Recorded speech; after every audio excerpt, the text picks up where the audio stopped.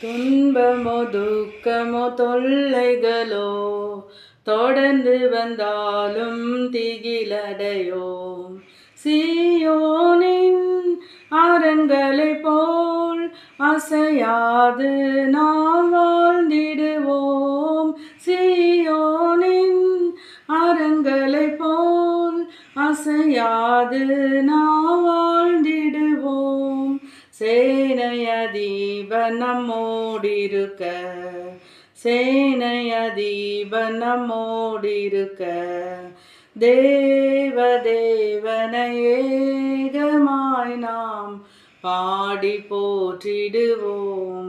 தேவனின் நாமத்தினால் பாவரோக சாபம் நீங்கவே விடுதலையும் அடைந்தோம் என்றென்றுமாய்.